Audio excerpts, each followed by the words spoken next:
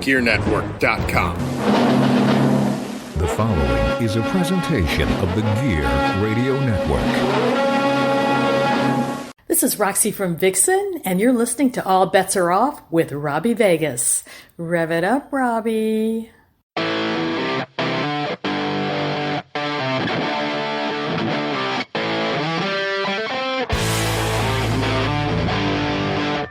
What's up, rock soldiers, and welcome back to the All Bets Are Off podcast. I'm your host, the rock star Robbie Vegas, and with me, as always, without a can to open, it's your boy, Chazz. What's up, Robbie? Do you want a sparkling water? Not right now. We'll do it on our break. All right. This is going to be a long one. Well, as promised, I did tell my listeners last week that we were going to do a review of the stadium tour, and for anybody who's been living under a rock, that would be Poison, Motley Crue, and Def Leppard, which we just saw on the floor of Highmark Stadium. You're welcome. Yes, yeah. We did not start that way. I got some strings to pull too, bitch. Yeah.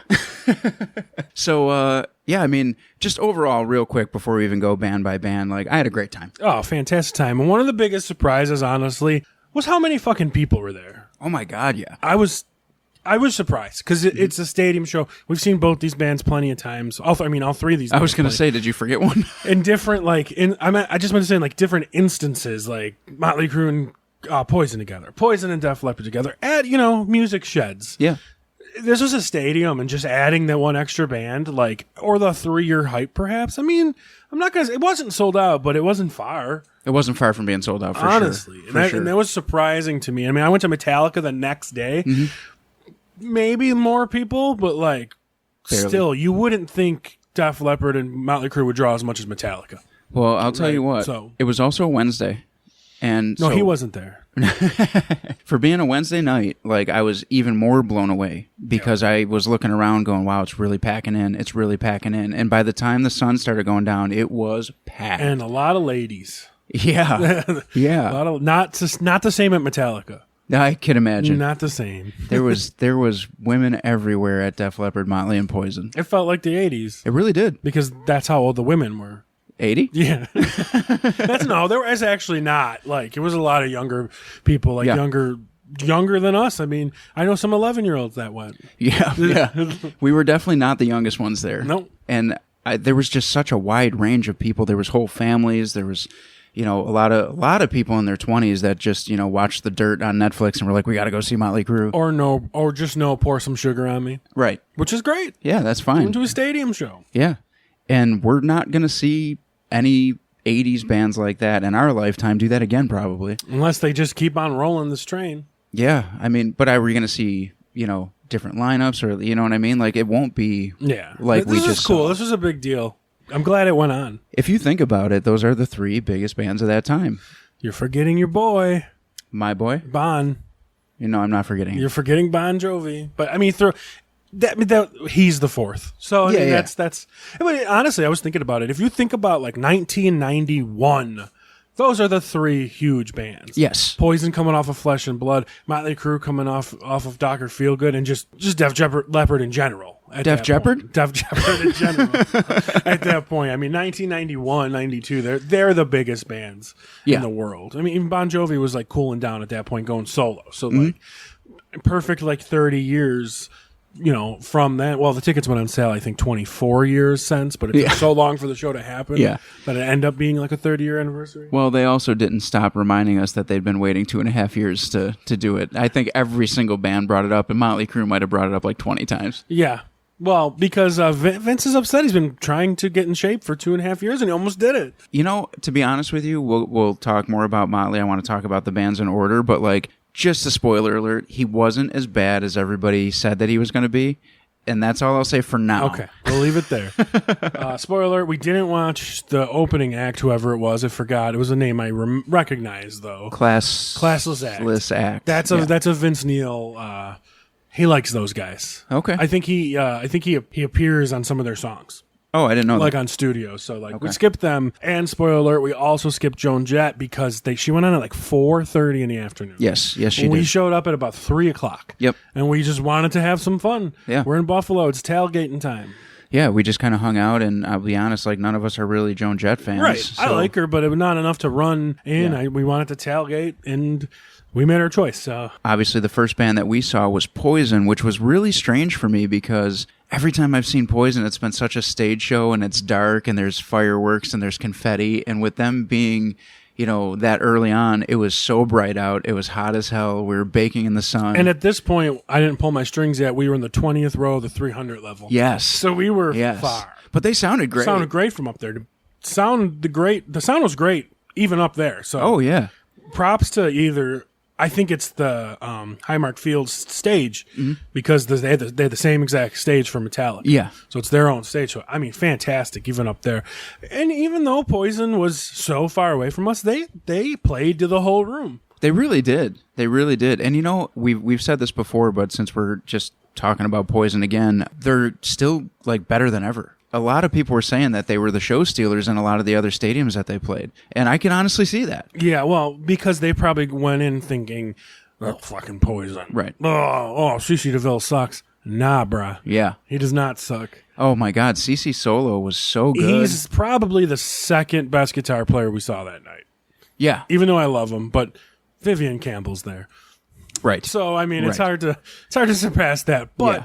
CC, I love better than Phil. And I mean, Mick is great, but CC's better than Mick. And CC's better than Joan Jett. I'm sure we just didn't see her. I got to say, I loved the song choices. They just kept it rolling. I mean, everything you expected. Yeah. And they played at, 45 probably? Yes. It was good. That's Yeah, a good set for them. Really, if they're in an opening set like that, getting 45 minutes, that's pretty sweet. That's how the other bands, well, I guess the other bands played double, an hour and a half.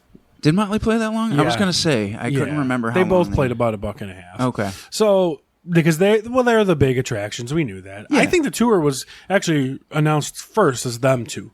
And then I think it was Poison came too, on. yeah, So, yeah. like, it was their tour. Yeah. And for people saying, I've read everywhere that the opening slot or the headlining slots were rotating, I don't think that's true. No. Because how could the hell could Def Leppard open up for Motley Crue? You're right. You're right. Well, just in general terms of even just being big, like. Yeah, no, I agree. I totally agree. I do want to say about Poison is I brought this up off the air before, but I've been recently asked or told it doesn't look like I'd be such a big Poison fan. And my response was, once you see them, they're so much fun. Yes. That you just can't help but fall in love with them. Well, that's where we were when we got into them a lot more, but now they're like just bringing it sonically. Yes. Just insane. They're insane. Brett has a voice that will never die. Never. Because he's not like Vince Neil, and he's not like Joe Elliott, who, I mean, he still sounds good, but just, you have to work hard. Brett's voice, I don't think you have to work too hard on. Yeah, I mean, he only gets quote-unquote higher here and there. Yeah. And, other than that, he's just a good showman. And I really like how, like, his stage raps are just all about being grateful for the people. Yeah. You know what I mean? Like, he just makes you feel good for buying a ticket, you know? I will never miss a Poison show. No, I won't either. I don't think I ever have. But the last two times we saw them, stadium tour Insane. included, Insane. they're so good. And even at that 2018 show, that place was packed too. Yes, it And was. They were the headliner. We were surprised. Yeah. Considering the first time we ever saw Poison headline a show was at the outdoor shed, and everybody got moved up because nobody was there. Right, and that was in 2001. Yeah, so 20 years later, I'm not saying they could play a stadium, but they're almost selling out sheds right now. Well, they were also, as the years went on, so like the first time we saw them was 2001, but every single year we saw them after that, it filled up a little more, a little more. Who opened that last show we went to? Cheap Trick, right? It was Cheap Trick Trick and Pop Evil. and Pop Evil. That was a good show. Yeah. Yep. We're not big Cheap Trick guys, but like... No, I'm not even a big Pop Evil guy. I like I mean, Pop a couple Evil. songs, but... Yeah, I like Pop Evil. And like it's Cheap Trick, whatever. Yeah. I mean, they're on the list. We saw them. You know what I mean? Did we? Well, we heard them. Oh, well, I was inside. I just don't think I was watching them. I was going to say we were definitely inside when they were playing because I think I had a picture of it. I just snapped a picture and it was Right, like yeah. Cheap Trick, but it was one of those things where it was like, yeah, bring on Poison. And of course, we were incredibly close and thought, holy shit, like CC is incredible. Oh my god, and he was just as good. He was. I don't know if I could say he was better, but it was just because of the different atmosphere. But well, this is going to make all these guitar marks that think CC DeVille sucks have a bitch fit.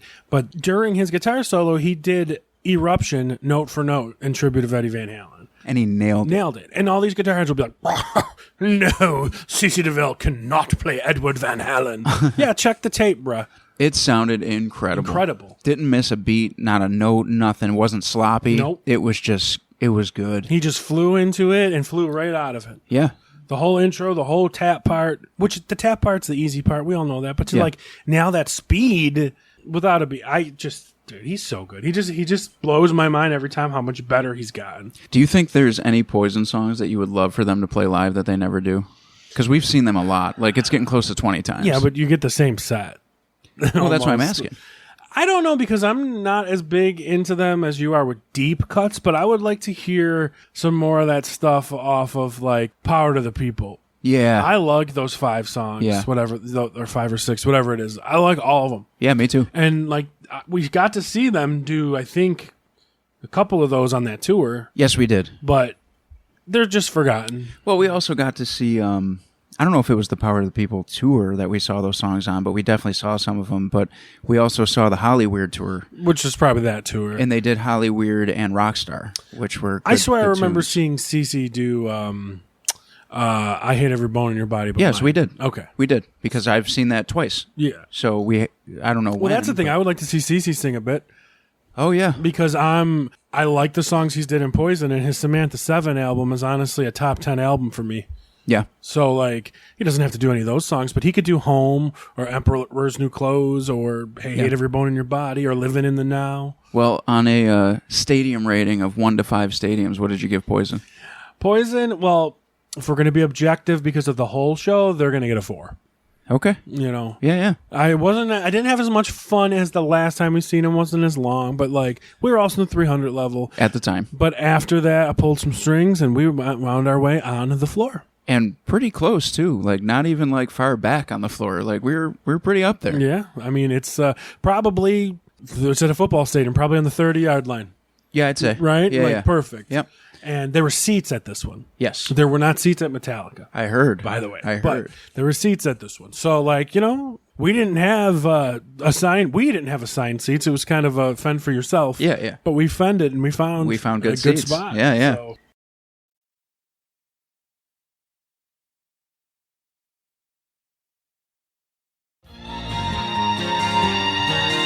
Hey everybody, this is Lauren Marie Taylor, creator and host of the Not the Final Girl podcast. Okay, so every horror fan remembers the final girl, right?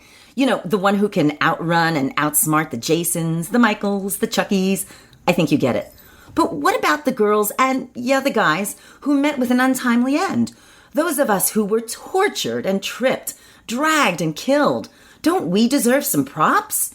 As Vicky in Friday the 13th Part 2 and Sheila in Girls Night Out, I know what a drag it is to succumb to those masked and wardrobe-challenged killers, to not be the final girl.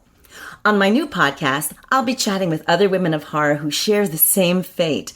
Special guests include those final girls as well as the writers and directors who created our characters, only to give us an early expiration date. And if they play nice, we'll let some of those crazed killers of horror tell their side of the story. So join me, Lauren Marie Taylor, on the Not the Final Girl podcast. Be sure to hit that subscribe button so you get the alerts when the episodes drop. Thanks for listening. Keep your doors locked and stay out of the woods.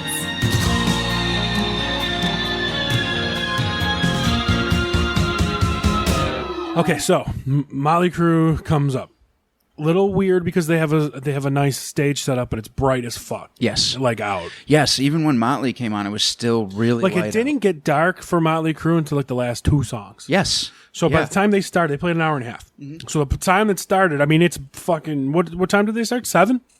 Well, Poison played from like 6 to 6:45. So yeah, I think 7:30. 7:30. I think they went 7:30. They went 7:30 to 9, and Def Leppard went 9:30 to like 11, quarter to 11. To 11. No way. Yeah, they went to 11. Did they? Yeah, Wow. They both played an hour and a half. So Motley Crue's playing at 7:30. I mean, it's pitch bright out for a good hour. Yeah. Still at this point. Well, so. even when the sun started going down, like it was just like such a slow, like you said, for the last 2 songs, it was dark. Yeah. But leading up to it, you still had a nice burst of light, So they had a cool stage show. We just couldn't experience the whole thing.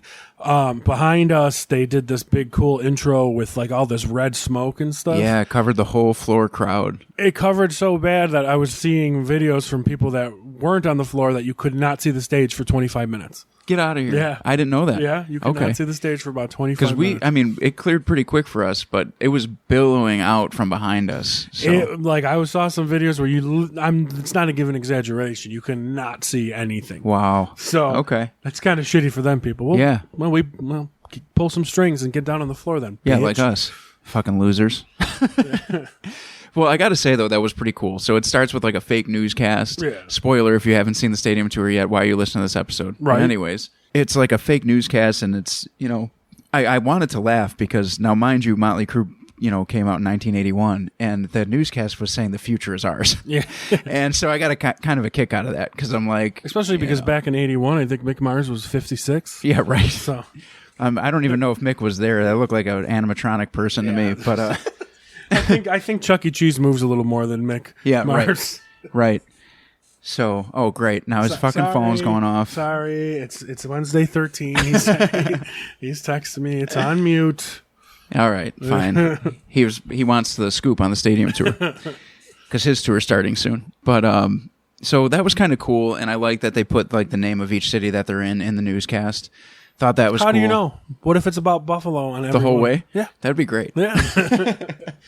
I did like the red smoke, and there was white smoke too. Like we were covered down there. Yeah, because I was trying to take video, and I was kind of swinging my phone around, and we were in this huge, thick fog.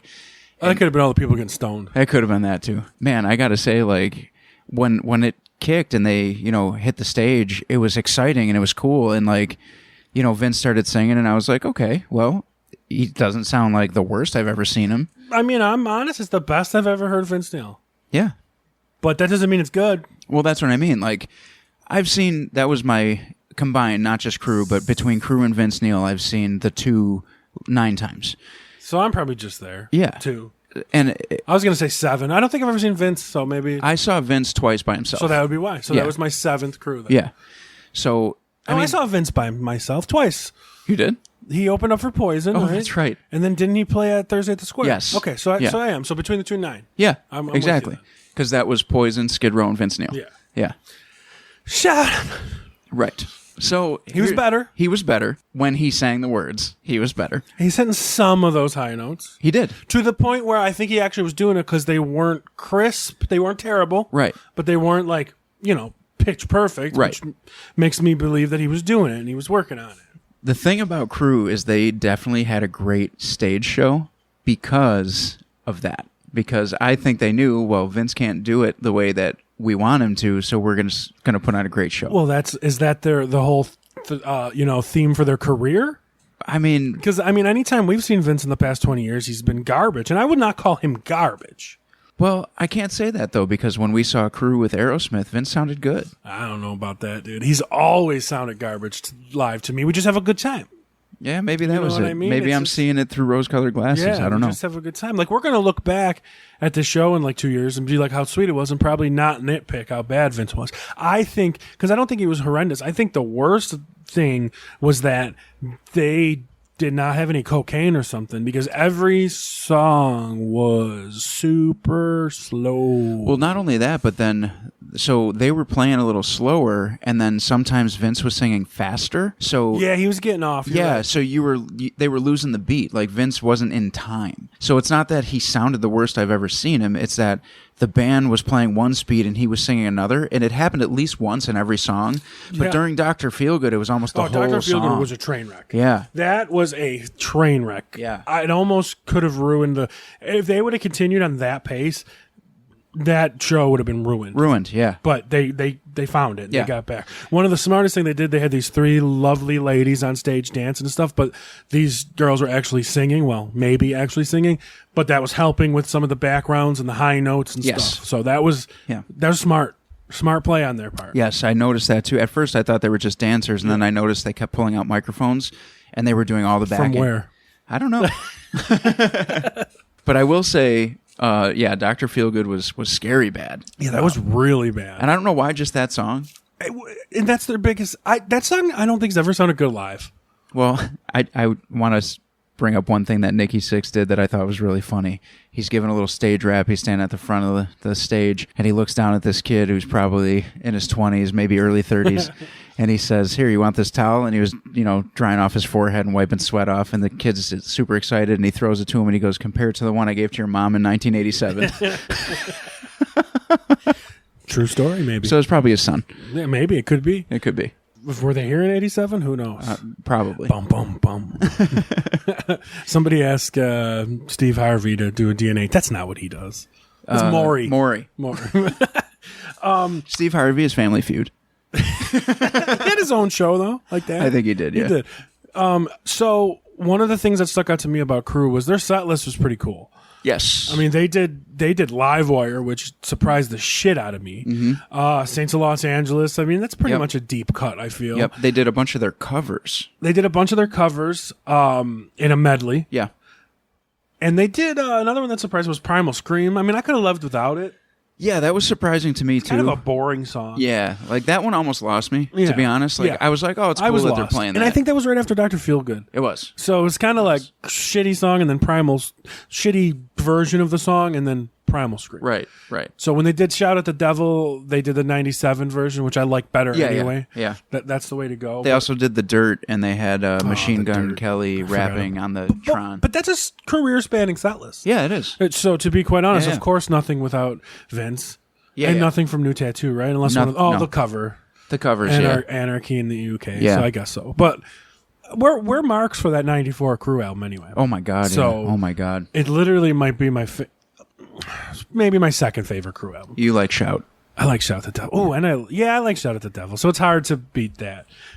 But, we were talking to friend of the show and friend of the Fantasy Football Bros podcast, Adam Van Houten. I got a nickname for him now. What is it? It's no nickname, no nonsense, Adam Van Houten. That's his new nickname. No nickname, no nonsense, Adam Van Houten. And he said, "Well, all these other people told me that Motley Crue was one of the stole the show." I'm like, "Well, I don't think that's true, Adam. Yeah, your friends lied to you. Yeah. Are they even your friends?" You know what I did like about the Crue set, though, is during the last 3 songs or 2 songs, the stage opened up and those 2 robot giant, like huge, like robot girls came out from under the stage and like they just raised up and they were massive. They were huge. And it was so cool. And they had huge legs. Robotic legs. And that was, of course, during Girls. Whoa. And which we forgot about. We did forget, but we're like, what else could they possibly play? Crue fans that forget about Girls. To me, I don't care about that song. I don't either. Honestly. I know. Everybody's always like, they think of that, and I don't. I never think about that song. I never put that album on. Right. You know what? But that's probably when they're at their big, maybe Dr. Feelgood. But like, it's just not that good of a song. No, it was an anthem song for strippers. I mean, and we like strippers here. I've never been to a strip club, but we like them. They're nice people. They're nice people. We like them. They're friendly. They're friendly. They're friendly ladies. They bake cookies. I don't know. I broke Robby there. I don't know where to go from there. Ladies and gentlemen. I don't know how many times on the show I have to tell you I've never been to a strip club. You've mentioned this a time or two, but you keep bringing it up because they make cookies and they're delicious. All right, if you say so. I thought the dancers were strippers for a minute. Were they far? What did he call them? They had a name. He did. They're they a did group. have a name. I don't know. The Nasty Habits. Okay. Right? Sure. You That don't sounds know. about right. No, it was something like that. Yeah, it was like the Nasty Habits or something. There's 3 girls, and the one actually like girl. Oh, that makes sense. Well, I think there was a brunette, a blonde, and a redhead. It was quite cliche. Yeah. When it comes to that, we have to talk about if anyone survived the Tommy Lee dick pic situation. So I woke up the next morning and I sent out a couple text messages, and then I checked my social media, and the first thing that popped up was Tommy Lee. So it wasn't gone yet by the time I had opened my social media. And boy, did I get a fucking treat. You got an eyeful. An eyeful. Quite an eyeful. I honestly froze for a second because I thought I was seeing things. I was like, What the fuck? So he made that post from Buffalo. Yes, he did. But, like, why did he choose? He's trying to just stir up controversy. I mean, it's not like no one's ever seen it before. Yeah, I don't know. We've like, all seen it before. Tommy but Lee... I've never watched a video. No, I didn't. Me either. Tommy Lee is acting like he's like 25 or younger. It's an upgrade because he was always acting like he was 15. Yeah, well, I don't know. Like, how old is he? 50? Oh, he's got to be 60 now. Yeah. Oh, yeah. You're right. I mean, their first album came out 41 years ago. Yeah, you're right. So, and he was the youngest. Yeah. So yeah, you're probably right. Because he was probably 20, and then Mick was probably 54, like I said. Well, we don't research anything on this show, so I'm gonna look. Anyways. Mick Mars Mick Mars played flawlessly. Yes, but I'm leading me to believe that it's somebody in a Mick Mars mask because like he's flawless. His fingers are flying. The dude doesn't move an inch. No, I know, and it's really strange, but he almost looks scary. He looks like Buckethead, but Buckethead wears a mask. Yeah. Right? Because Yes. Buckethead wears a mask, a Michael Myers mask, so his face doesn't move. He moves real stiff on purpose because he plays this character. This is just like decrepit Mick Mars. By the way, Tommy Lee's 59. Okay, so 60. Yeah. Close enough. So we're right. But, I mean, he looks great. Like, honestly, even, not naked, like fully clothed, he looks good. Allegedly. But no, I agree with the Mick Mars thing because I kept staring at him and I was trying to, like, really figure out what he looked like because you almost couldn't tell. It looked like he was wearing a Michael Myers mask that they put mascara on. Like, he's just, dude, he's something. He is just, how is this man not up there on like on a string like a puppet? It's so weird. Maybe he is. Yeah, I don't know. Those are somebody else's hands. Well, no, because his hands were the scary looking thing. That's true. Like when the camera like panned in on his hands, it was like, whoa. He's so stiff, but well, he's got that disease. yes, I know. I know we're not making fun of him, but we're just being honest about what we saw. Well, it's amazing to me that he can play that well. Yes, looking the way he looks. So that's why it's kind of like, holy shit. Like, I love Mick Mars. I think he's a great, great, underrated guitar player, honestly. Like, he doesn't get enough credit for the conversation of good guitar players. It's weird to have a band, though, a hard rock band like this, where nobody kind of gives a shit about the guitar player. It is very strange, yeah. Like, they're one of the only ones. Yeah. And he's the only fucking guitar player, so to not mention him... Ever. Like, yeah. Right? So because everybody was, Tommy Lee and Nikki Sixx. Tommy Lee's swinging his dong, Nikki Sixx is dying, Vince is eating a Big Mac, like everything is going on. Oh, man, Vince is listening to this right now going, these motherfuckers. That was good. Or if this was 10 years ago, these motherfuckers. That was you turning the mic to the crowd? Yeah. These mother... Remember when he challenged Axl Rose to a fist fight to the death? I think Vince would whoop him. I do too. Axl seems like a big poser. Well, back then, Axl was a nutcase, but only with people who, like... Yeah, he was a nutcase to concert promoters. Right, and fans. Right. And Vince wanted to fight him. Right.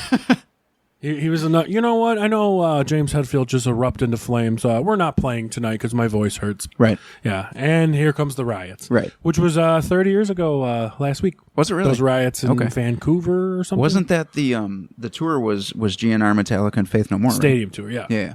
And that was the show where James is rocking and he steps into one of the pyros and he just gets singed and rushed to the hospital immediately. So Guns N' Roses could have came on the stage. So not only do they not rush on stage, they're supposed to play at 9.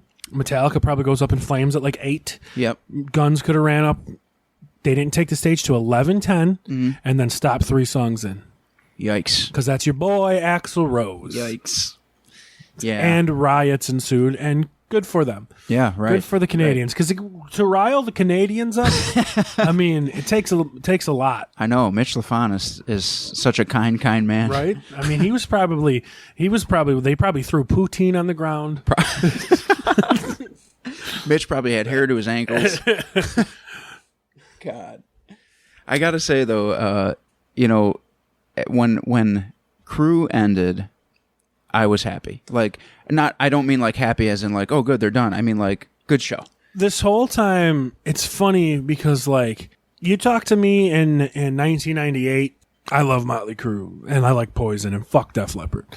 You talk to me in 2008, I love Poison. I love Motley Crue. Fuck Def Leppard. Same. Right? Same. And then we saw them in probably about 2008, 2009. Yeah.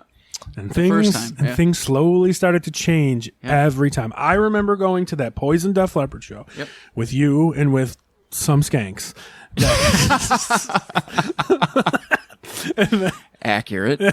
And then we're there for Poison, and we're rocking and rolling, and they're done. We're like, we should just fucking leave. Fuck Def Leppard. We don't like Def Leppard. Well, we might as well stay. Yeah. Let's just, because we were going to check them off our list. Let's at least say we saw Def Leppard. We're going to watch them. And then I remember sitting there watching them, and I'm like 6 songs in, and I'm in my head, I'm like, fuck. Yeah. I do not want to admit I like this right now. Yep. I know. I did the same thing because, like, all of a sudden, like, like you said, like 5, 6 songs deep, I'm nodding my head along and I'm singing. Yep. And I'm like, oh, shit. Yeah. You know? But still didn't win me completely over. The next year was the same tour. Yes. And was it the next year or 2 years? Whatever it was. It was the same. Next time we saw them, it was the same tour. Poison opened up. We're going for Poison. Yep. Def Leppard's there. Sure, we'll watch them. And that time again, I was drunk at this one. I wasn't. Which brought out a whole different side. Yeah. And as soon as they hit, like, I just lost it. And I'm screaming every word. And I, like, knew to the point where my sister is still making fun of me for singing, like, Love Bites wasted off my ass in the lawn. And it just at that moment, I'm like, these guys are fucking incredible live. Right. So this was 12 years ago. Yep. How did they hold up, Robbie? Well, wait. I saw them one more time. And we saw them a few more times. With Kiss. With Kiss. And that's when they really started to win me over. So I saw them with Kiss, and obviously Kiss is the headliner. And I'm like, oh, man, I just got to get through Def Leppard, and Kiss is going to be great. And this was recent? 16, 17? 16, yeah. And again, I was like, man, Def Back Leppard. when we bought the tickets? Yeah. Probably. Yeah.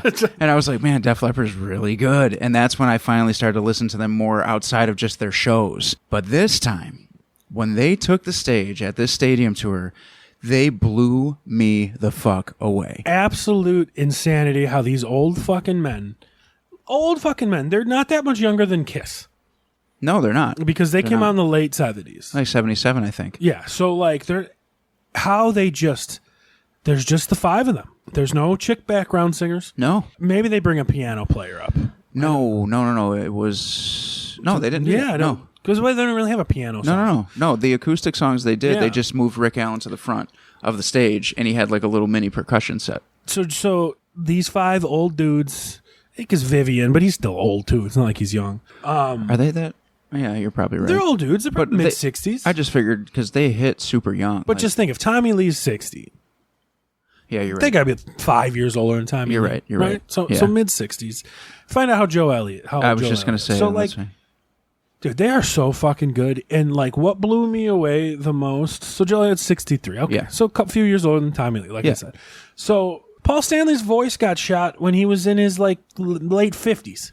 Yeah. Right? Yes. So, like, yeah. That's what I'm saying. So, like, Joe Elliott still has the voice. Vivian Campbell's an insane guitar player. We all know that. God, yeah. If you guys think Vivian Campbell can't bring it, just listen to Dio.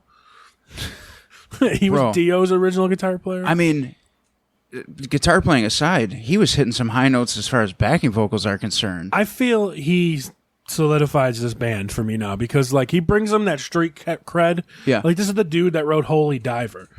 Yeah. This is the dude that wrote Last in Line. Yeah. Right? So now he's in, this band, but, like, he's not going to miss a fucking note on guitar. Right.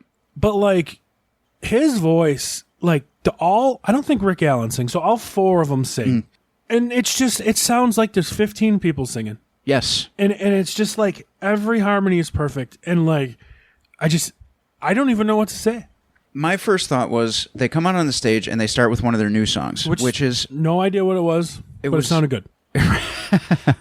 It was the first track on Diamond Star Halos. I'm trying to remember the name of it. But I love the song, and I have Diamond Star Halos, so I knew the song immediately. But I thought that was a ballsy move because you're doing a stadium tour, 40, 50 years after you broke, and you start with a new song. Right.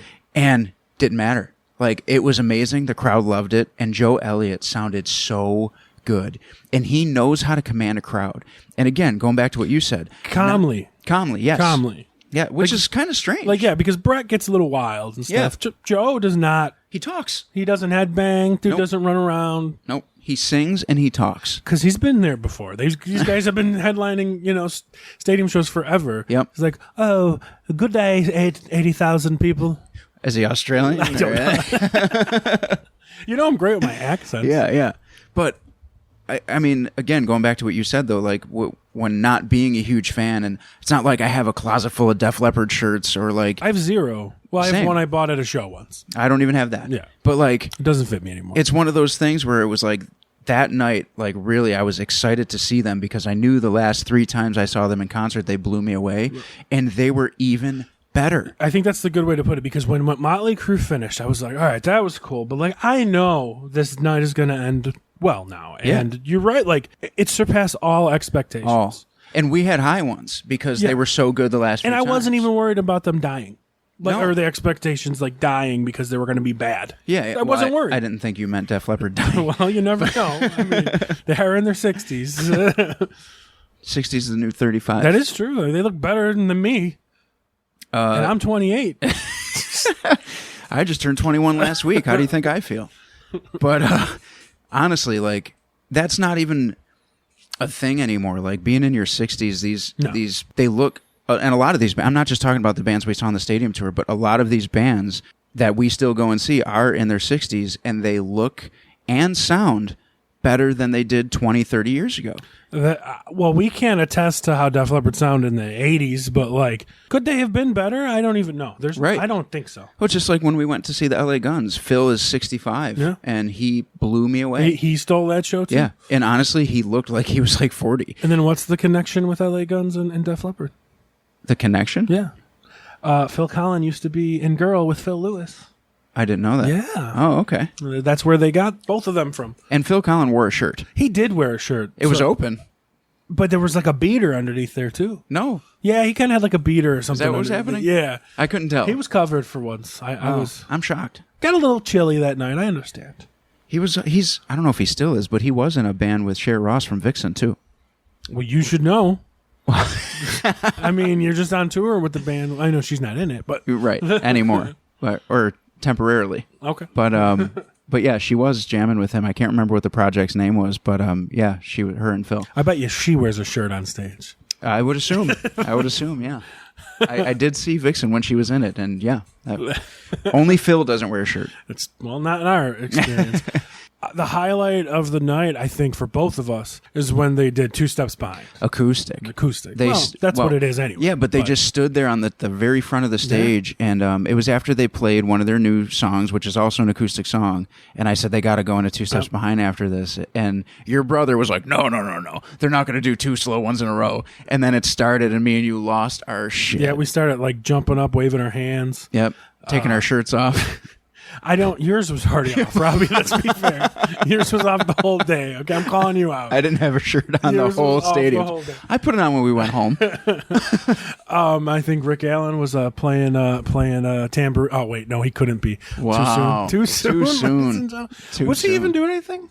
Yes, yeah, he was up there. Was he on a little set? Yes, for that was as the well? little Okay. percussion set that they had. But during Two Steps Behind, Yes. because he was playing something. Okay, I don't know. I was just in my moment. Yeah, we had our he arms was, around each other. Like it was like one of those. Well, I don't know that I've ever seen them do that song. I think we did one time. Did we? Because I couldn't recall it, so I was really excited to hear Yeah. it because I remember when that song came out. That's like that same era we were just talking about, 91, 92. You know, that song came out. Was that when it was? Yeah, it was like, because that was a new song off of their greatest hits. So it might have been a little later, 94, 95, whatever that greatest hits. Whatever it was, I remember being old enough to be aware that it was the new Def Leppard song. Yeah. And I loved it. Yeah. So however old you have to be aware of that shit. I think that's one of the only songs we saw, like, well, other than those new ones, that was like written with Vivian Campbell. I see. You know what I'm Okay. saying? Because Yeah. he came into the band in like 90. Yeah. You know, so Well, the guitar player passed away, Yes. and he was the replacement. So actually, we don't even realize that neither of these guitar players are original. Right, because they've been in so long. Because, you know, the original Pete, right? I can't I think remember. his name was Pete. They added Phil Yeah, as a second guitar player, and then Pete passed away, and Vivian took and Vivian took over. But other than that, it's been the same band forever. Mm-hmm. They literally only added a guy and then replaced one because of death. That's it. And like, They didn't even replace Rick Allen when he lost his arm. No, Like, they literally just waited for him to learn how which to is play. awesome. Yeah. And he doesn't miss a beat either. Literally. Literally. Drummer joke. Literally. No, he was fantastic. And even when he did his solo, I was like, Jesus Christ. Like, I mean, yeah, he's only got one arm, so he's kind of like, but it's such a different thing. I couldn't imagine myself, who kind of knows how to play drums, now having to learn how to play drums in a completely different way. yes. Like, it's so weird. He's got that pedal board like under his foot that plays basically the whole kit. Yeah. You know, and it's really cool, and he's so good. Yeah, he now. Did you ever see the VH1 movie Hysteria back Yes, in I the did. day? It was a great movie. Great movie. That's actually part of the reason why I had Def Leppard's Greatest Hits back then, because when that came out, I just liked the hits. Did you hide that from me? Because I didn't know you had that. I did have it. You were a closeted Def Leppard It was fan. The Vault, Def Leppard. That's the one with Two Vault. Steps Behind. Okay. That's the album that came out. So probably mid-90s, maybe not 90s. Yeah.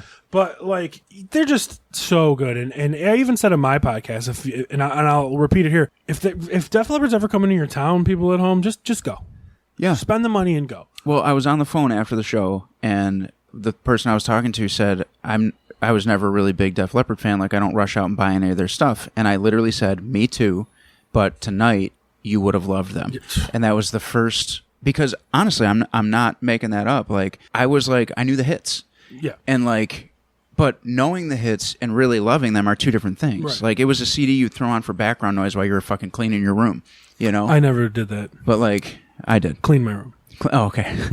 But I don't know, like, and they ended with Photograph. Great. Not Pour Some Sugar. No, that was third to the end. Second to the end. No, it was third. It was third. I can't remember what they played in between, but I remember thinking that was it, and then they did two more songs. But Photograph sounded so good. That was the song that crossed over to me when I hated Def Leppard. Yeah. I was like, I hate Def Leppard, but I like Photograph. That was the first one that Yeah. got me too. And you would think it would be Pour Some Sugar on Me, right? For well, both that's of us. such the pop like song. We would have Yeah, but we were rebelled kids. against that. Well, yeah, that's I'm true. not even talking about kids. I'm talking about like 15, 16, even Yeah. in the bars at 20. Yeah. You know, 20. Yeah. Yes, 20. But Photograph was and is my favorite Def Leppard song. It was, but like, so this is what I discovered with my love for Def Leppard. And it's so funny coming from me, Mr. Metal. When they try to get hard in like a rock song, I kind of think they're corny. Songs So, like like, Let's Get Rocked, that's what I was gonna ask Animal, you. like, all right, we have fun with them, but they're kind of corny, I Yeah. feel. But when they're just sapping it up, They're fantastic. forget about it. Love Bites, Bringing on the Heartache, Foolin', Two Yep. Steps Behind, Miss You in a Hard Way. Yeah. Like, that's it. Like, When they're they- so well crafted. When they did Foolin', I lost my shit. You know what's Like, crazy is like Foolin' is the one every year it seems like there's a different song that sticks out. Foolin' this year was the one I was the one, like, yeah. I forgot how much this song is rocks, even though it's It's a love song. a love song, but it's a power ballad, but it's kind of heavy.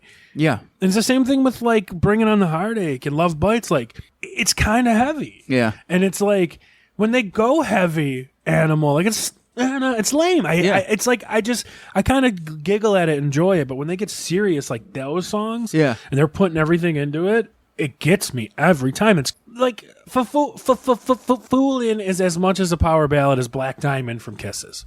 Yeah. But it's just like that's where I realize now where my Def Leppard fandom's from, and I'm usually the opposite. I usually like the heavier songs, but for Yeah. them, I kind of think the heavier songs are lame.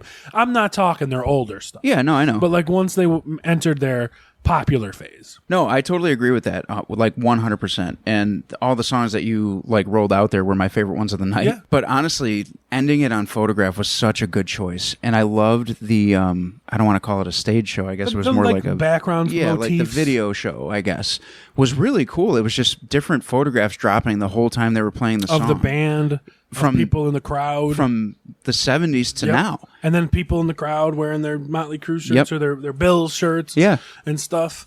Like, just a good band live. They've probably entered my top 5 favorite bands to see live. They might even be top 3. I would have to agree. Like honestly, God. And I couldn't tell you literally, like, other than the times I'm going to see them or just saw them, I don't ever throw them on. I don't. I might throw on Photograph. I did a lot this last week because I was really living in that like, man, they were so good moment. I just don't ever do it, and it's like almost a travesty. I know, and probably, to be honest with you, after this week, which I probably won't either, because you almost forget, because we weren't such huge, like, big Def Leppard fans growing up. So it's not It's not something that I think like, oh, let me just throw on a Def Leppard record, you know? And if I did, it would be Photograph or Foolish. Yeah. Yeah. Bringing on the Heartache or, you know. Or Choose Us Behind. I like that song. Yeah, me too. I cover it, you know. I cover Bringing on the Heartache. Yeah. Boy, is that song tough That's a to tough sing. one. Yeah. Boy, any Def Leppard song is almost hard to sing. Joe Elliott. Except Two Steps Behind. Oh, you know, I didn't ask you, how many stadiums did you give Motley Crue out of 5? Motley Crue out of 5? If I gave Poison 4, I'd have to give Motley Crue 3.5. And what would you give Def Leppard? 5.5. Yeah. Like, same. Just, there was one note which made me think they were actually real. Nothing was staged. There was kind of one shaky note the entire show Joe Elliott hit. Where? I don't even remember. Oh, It was okay. just like one time where he was just like a little off. Yeah. And you were like, oh, they are real people. They're real people. Yeah. The guitar players, forget it. They're not going to miss a note. Like, not at all. Not even close. And just, man, everything sounds so crisp and like just well thought out harmonies vocally, well thought out harmonies with the guitar, like everything, man. It's just fantastic band. And again, we can't say enough about how good vocally everybody was, not just Joe Elliott, but the backing vocals were just, I have no words for it. Yeah. Like harmonies like that are just almost unheard You of. don't realize how important it is until you're in that setting. No, you're right. You really don't. Because in a stadium too, you got to remember that the sound's not bouncing off the walls. Yeah. Like we're in an arena, or like, you know, like you said, the sheds that are like tented. It's the sound is going up and out. Yeah. That's it. So you get one shot. It goes out over the crowd and it's gone. Yep. So if it doesn't sound good, it's obvious. And the sound was great, loud. Yeah. They were peaking a little bit. They almost sounded like they were going to cut out a couple times. A couple times they did. Like they cut out for a brief instant. Yeah. Like it sounded like they were going to lose power. Because that's how much they were pushing. Yeah. It was insane. They got a lot of fake bass. Yeah. But like, yeah. So what? They sounded great. Yeah. I have no complaints about Def Leppard at all. None. Nothing. Well worth our money. That was that was a pretty good review of the stadium tour, and we really gushed over Def Leppard, and we're the Poison guys. That's what it is, though. Yeah. It's just the truth. Mm-hmm. I think I like Poison better as a band. Def Leppard's just better live, I guess, and they're not. Poison's great live. Poison is absolutely incredible live, and they're so much fun. It's so just Def Leppard's just on a different level right now. And to say that we saw Poison with Def Leppard alone, without Motley Crue in between, and Poison did their normal stage show just about. It was a little shorter, a little smaller, because, you know, the Def Leppard stuff was backlined. But, like, we were still like, oh my God, like, Def Leppard is so good. Here's my question, and I know it would be tough to answer, but we have seen, I believe, all 3 of these bands open up for Kiss. Yes. So if Kiss was on this tour, are they headlining? They would be the tour? headliner of the stadium I don't think tour. that would be true. But You don't think so? I don't know. Maybe because they're so nostalgic right now, and it's like I could not see Kiss headlining as much as we love Kiss. You can't compete with Kiss's stage show, and I think that would have to headline. It's not that they would sound better than Def Leppard. It would be hard to follow that Def Leppard performance with Kiss. Yeah. It really would be. Yeah. As much as we love Kiss. I totally agree. It would be hard. Yeah. Now, let me Like ask Tommy you this. Lee. Yeah. I don't know if he was, but it was fucking dangerous, Doesn't whatever matter was with him. happening. I do have to ask you this, though. So, in the event that a stadium tour happens again. Yes, I'll play it. Yeah. I think Def Leppard would be a no-brainer to still do it, but who else would play? I would say, honestly, we just brought up Kiss. Because they're talking, this has been their 4-year last tour, and they keep adding shit. So why not Kiss go out on a stadium tour? On a stadium tour. Okay. And why not have it be Kiss, Def Leppard, and Poison or something? I was going to say, I think the only band that would be pulled from that, well, Joan Jett probably wouldn't do it again, but Motley Crue. It would be Def Leppard, Poison, and 2 other bands. Kiss, maybe because these bands are on their last hurrah. Aerosmith. Oh, that would be a good one. You know what I mean? But like, but like I said, like recent history, every single one of those bands open up for Kiss. And if it's the farewell to Kiss, maybe Def Leppard would be like, fine, we'll open up for you again. Do you think that a band reuniting such as Skid Row with Sebastian Bach would be put on a bill like that? I don't think people would care. No. Like as much as like people put it like this. If Skid Row got back together with Sebastian Bach, they would open up for every band we saw at that show. You're right. So I don't think it would be that big. That would be their way back onto the bigger shows for sure. But they would open up for Poison. Yeah. Yeah, you're probably right. So it's not even like, quite frankly, they might open up for Joan Jett, right? Like it's just like Skid Row. For some people, like, I don't know about you, but for me, that's a big deal. But I think you're right. For other people, it might not be. What it is. Yeah. I mean, we thought like Doc and getting back together was a big deal. Nah. Well, when you only play 3 fucking songs at the end of the set, does it really matter? Well, do you want to play a full set with Don Dokken? Touche. Well played. Well played. No, I didn't even watch a full set. I'll play a full set with Don Dokken. I'm available. I didn't even watch the full set. I'll play You asked me tambourine if I would play or it. something. I'll put the Just for Men in your beard, Don Dokken. Like, I'm getting updates on my phone here from everybody that's at Monsters on the Mountain right now, sending me pictures of Vixen on stage. oh, nice. Oh, you're not roadieing them for again? No. You took this week off? I took this week off. So you can do your podcast with your friend? It's pretty cool. Oh, nice. Yeah. Very cool picture. But, so yeah, shout out to anybody at Monsters on the Mountain in Gatlinburg, Tennessee this weekend. Oh. All right. So that was our review of the... What was that, like 25 minutes? Yeah, 49. Oh, we almost made an hour. That was the review of the Stadium Tour. So if it's a spoiler for you and you're big mad, then why did you listen to a show that was called Stadium Tour Review? You're 49 minutes in, bro. Yeah. You had time to, like, back out. Well, with Robby, he's editing. You're 21 minutes in. You're 21 minutes in right now. No, but I enjoyed it. I'm glad we went. It was well worth the money, obviously, because we ended up on the floor. But in general, the music was well worth the money. Yeah, we would have had almost just as much fun up top. I agree. We were already having a good time. Yeah. But, sorry, Joan Jett, we missed you. You're kind of a hater. I'm not. I would have seen you, but we're too young to go watch a band at 4:30, lady. We're too young for that? Yeah, because we're partiers. And we had our seltzers Yeah. and our Gatorades. puff corn. I was drinking a Gatorade. You had a seltzer. I did, but I had a Gatorade as well because I like to stay hydrated. We were partying. Yeah. That's partying when you're 35, a seltzer and a Gatorade. I've had enough partying in my days. I'm good. And you went to see Metallica the next day. I did. Another show that rocked. There was their first show out of 3 the whole year. Literally packed to the gills. With Greta Van Fleet. Yeah, I don't care. Yeah. Didn't watch them. I like Ice Nine Kills. Didn't watch them. I walked in there at 8:30. Got it. Had a good buzz on.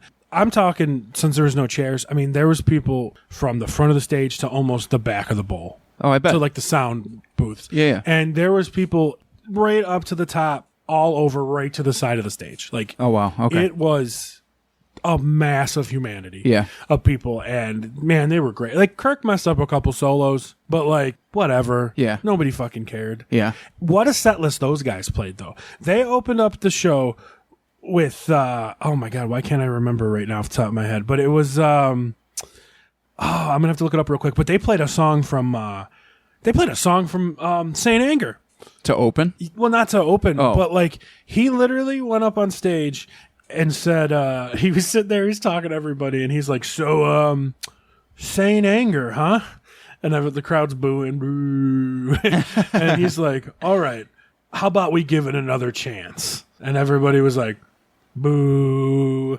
Okay, so the first 3 songs they opened up with, okay, that's right, fucking Whiplash off of the first album. Oh, wow. They opened up with Whiplash, Creeping Death, and wait for it, Whiplash, Creeping Death, Enter Sandman. Oh, that's cool. And then after Enter Sandman, he's like, what are we going to do now? They played their good one. But even when they played Dirty Window off of Saint Anger, he's like, give it a chance. It sounded way better because it's not that fucking tingy drums. And they changed it a little bit. They let Kirk do a solo and everything. Oh, really? So they did. They played Blackened. They played One, of course. Of course, And yeah. it with Master of Puppets. They played, I'm trying to just remember off the top of my head. Oh, they played one of my favorite not deep cuts, but one of my favorite 90s tunes. They played The Memory Remains. Really? Yeah. Wow. The whole crowd was going, la da da da da da da. It was super cool, man. It was a killer set. And not on the same scale as Metallica or the Stadium Tour or anything, but I did go see Ted Nugent that following Sunday, and he actually sold out. It's like a theater, so if anybody lives in an area where they do concerts at like theaters, we have a couple places Well, like that in the South, around they here. do them at other things, but they're called theaters. Theaters, yeah. So here's the deal. He sold it out so fast that they had to add another night, and he sold out both nights. And we're So- not from like Michigan. I mean, that's where that's where Ted is a god. Yes, and honestly, I was third row because the only tickets left were there was 5 seats left in the whole venue, but they were scattered seats. It's awesome going to concerts alone sometimes. Yeah, because you get killer seat. I got my ticket that morning, but because there was only scattered single seats left, nobody wanted them because nobody wants to sit alone. I do. I don't mind So I went. stealing bread.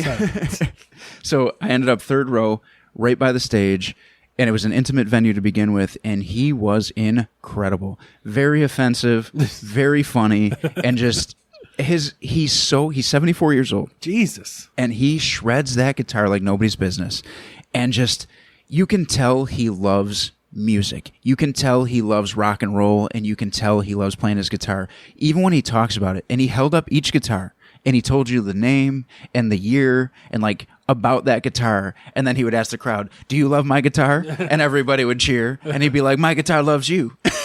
It was really cool. Was he running around in a loincloth? He was not. Oh. He was not. We've seen that. We did see that. Man, well, the first Did time... he shoot any bows and arrows? No. What? No, he He's didn't. losing his touch? He did play Great White Buffalo. Did he play Fred Bear? He did play Fred Bear.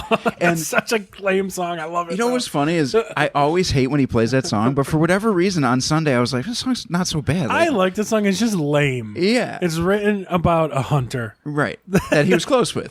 So you get the sentiment, but like, yeah. It's such a it's a total ripoff of Sultans of Swing. Yeah.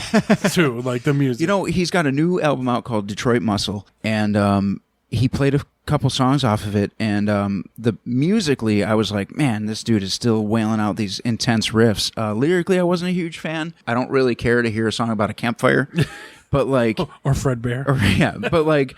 To be honest with you, the show was so good that you almost didn't care. Right. You know what I mean? Like, I was just watching him play. So It was like, say whatever you want. Like, this dude's shredding this fucking guitar. And for guys like me and you, we respect that shit. Yeah. You know, that's why we like Tracy Guns so much. Yeah. When we saw LA Guns, we were like, Jesus, like, hour and a half straight without taking a break for Tracy. Yeah. You know, he was on stage when they were still sound checking before they went on. Yeah, he wanted just to go. noodling around and getting ready, you know?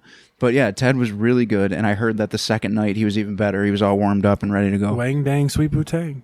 He played that third. It was he played two like deep cuts to start, and I was really shocked. I was like, why is he doing that? But then again, he played for an hour and a half, and then right away he sees these girls in the front row, and he starts, hitting Let me on get them. my Viagra. And then he hits that wang dang sweet poontang. I was like, oh shit. Wango Tango. Did not do Wango Tango, no. I'm sure he did. Stranglehold. He did do Stranglehold and Stormtroopin'. Oh, And and he did Hey Baby, which I really loved. Of course, Great White Buffalo. Of course, Krat Scratch. Krat Scratch Fever. Sure did Krat Scratch Fever. And then after he did Cat Scratch Fever. Oh, he did both? Yeah, he did That's both. rare. Yeah. That's a lucky show. Usually get one or the other. And then, of course, like I said, in the middle, he did some of his new stuff. But, man, the guy that was playing bass for him was not Derek St. Holm, but sounded like him when he sang Stranglehold, that's for sure. I was going to say, was there a lot of, like, Derek St. Holmes songs? No. No. Those two, Hey Baby and Stranglehold. How was High Enough? I did not do that. No damn Yankee songs. Oh, man. No damn Yankee songs. A lot of stage raps, a lot of middle fingers. No Coming of Age. No Coming of Age, which is one of my favorite songs of all time. But I like the damn Yankees a lot. He was like 50 in that band. I know. Well, probably not. Probably 40. 40 something, yeah. I think he was about 40. Well, they probably all kind of were close at that point. Yeah. What was it, Styx? Styx, Ted, and Night Ranger. Night Ranger, yeah. Oh, wow. That's exciting. That's a super group. That sounds exciting. Okay, Styx, Amboy Dukes, and Night Ranger, the supergroup. Listen, you wanna be honest here? I like damn Yankees way more than I like Night Ranger and Styx. Night Ranger can rock. They can. They just came out with a new record. Styx cannot. Styx cannot. You play Renegade, I'm leaving.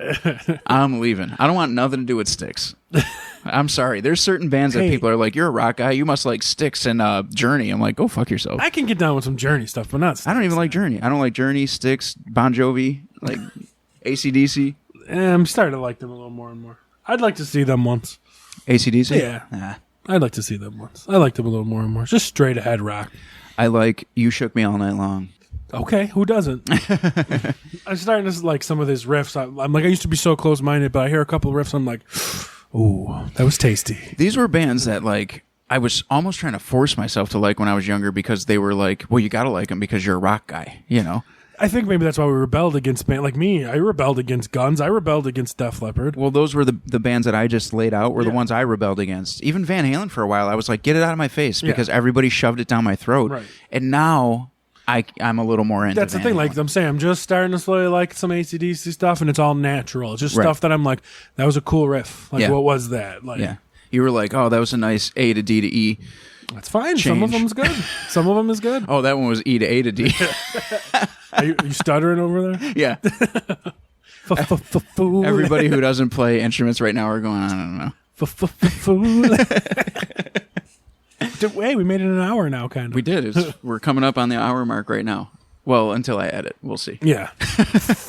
27 minutes. 27 and out. Well, Adam's not here. You're right. 29 minutes. All right. That's a good note to wrap it up on. Just think about this, folks. We're actually at a recording time of 1 hour and 27 minutes right now. So think of how much offensive shit we said that I said that Robbie had to cut out. True. That's true. And some of it that I left in that we might get heat for. Also, I'm going to a concert on Thursday. Who are you going to see? Quiet Riot. Where's that? Niagara Falls. Oh, nice. Yeah, it's about a 45-minute drive for us here. With who? I don't know. Is Randy Rhoads there? No, too soon. What about Kevin DeBrow? Oh, too soon. Oh, man. What about friend of the show, the bass Rudy. player? Yeah, Rudy. Rudy Sarzo. Rudy! Yeah. I am totally going to that. Is he in the band? Right? He's in the band. Yes. Yeah. Yes, he's going to be there. He actually just played Monsters on the Mountain last Are you night. going to look at him and go, Rudy? I sure am. I'm going to hit him up and see if we can get a podcast picture because he was our first guest of the year this year. That's true. He's very well. So I'm going to hit him up and see what's going on. So Well, my next show I'm going to see, I was supposed to go see a pretentious Jack White tonight, but Yes. I sold my ticket Yeah. because you couldn't bring cell phones in at all. And this is stupid. Yeah. I don't want to associate with bands that are going to do that to their fans. You bought a ticket and if you bought a ticket and you want to sit on your cell phone and look at your fucking fantasy football roster, you should have every right to. was that a shameless plug for your show? Not yet, that's coming. But you should have every right to. Yeah. And it's as simple as that. So fuck off, yeah. Jack White and Tool. I know they do that too. So who are you going to see next? Robbie Vegas Oh, okay. and Shinedown. Yes. Pretty sure yes. that's my next show. Yeah, I'm actually going to see Quiet Riot on Thursday, and I have my own gig on Saturday. I'm not going to that one. No. Well, actually, Robbie Vegas probably the week after. Yeah. Yeah, probably. Yeah, but Shinedown's my next show. All right. Well, I think that's a good note to end on. Nice stadium tour review, a little Metallica, a little Ted Nugent, and what's up and coming. Well, thank you all for joining us for our review of the stadium tour. If you went and you see this get posted, feel free to leave your review to us. I want to know what other people thought, not just what we thought. And if you want to win some money, come check us out at the Fantasy Football Bros podcast. We're funny. We'll help you win some money. And then starting as the season progresses, we'll be introducing new segments of sports betting and daily fantasy and stuff like that. So come and check it out. Have a laugh. Even if you don't like fantasy football, we're jackasses like we are on here. Are you going to have an off season like football does or no? I'm trying to decide what I'll do. I might want to keep the podcast going and do maybe a week of football and a week of something else. Okay. Just kind of like goofy stuff. Cool. So we'll see. But I'm going to try not to take a break because then people are going to lose interest. You're right. You're absolutely right. But I don't know why that question just came to me, but it did. So Because it's only half a year. Yeah. So I have like basically 6 months of football content and then what, So Yeah, maybe yeah. it will kind of be some of our jackass sharkanery stuff that I'll bring over to that and steal all the ideas that were mine originally, kind of anyway. Take what you want. Take what you want. Because it's a song somewhere. Def Leppard. Oh, okay. It's a that's song right. they opened up with. I don't have the new album. So, yes, let us know what you guys thought of the stadium tour. I really am curious, and make sure you subscribe, rate, and review the Fantasy Football Bros podcast, and actually rate and review the ABAO pod as well. I was going to say, where did that come from? Thank you. It helps. It helps the algorithm when people are searching. So the more reviews and the more ratings we get, the more likely we are to jump to the top when people are searching. You know what? Shameless self-promotion here. The Fantasy Football Bros podcast with like the red and white logo. Just rate it anyway for me, guys. Even if you don't like football, help a brother out. Yeah, get it rated. X-rated. That's right. Just like Tommy Lee that night. Yeah, thanks for that, Tommy. I was scrubbing my eyes. It was Stop It was lying. insane. I was shocked, to say the You were like, least. Robbie looked at him and went, hello, old friend. You know what was weird? So I open up Instagram and I see that and I go, wow, are you kidding me? So I get off it and I go on Twitter and I see it again. I go, you gotta be kidding me. And then my phone started going off. Did you hear about Tommy Lee? I go, I saw it. I saw it. Then he looks in his text messages. It's there. It's there. And I was like, Tommy, stop sending me this shit. I told you can come on the show. You don't have to bribe me. But anyways, You Primal screamed after that. I did. And on that note, we will see you next time on the All Bets Are Off podcast.